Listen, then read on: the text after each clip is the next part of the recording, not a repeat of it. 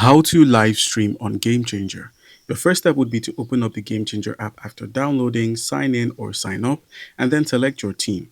Once you've done so, you can now go ahead and open up the game or event you want to live stream and then tap on go live. Once you've done so, you can now select how you want to stream, if you want to stream with your device or if you want to use an external camera. And then you also have the option to select the stream key if you so choose to stream on another application. Now go ahead and select the camera you'd like to use, which is the Game Changer camera, and then select the stream option, which in this case would be your audience who can watch, fans and family. If you want to share with your opponent, and then your stream quality can also be included. Now, once that's done, the next step you can simply take is to review and start. So review your settings and then simply click on start stream and then you're live. That's just how it works. And then once you're done, you can easily end your stream.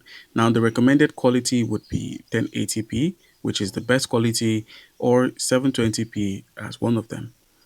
Alright guys, so make sure you have a strong connection before you go online and your device is fully charged or plugged in, and then close other apps to improve the performance. Alright.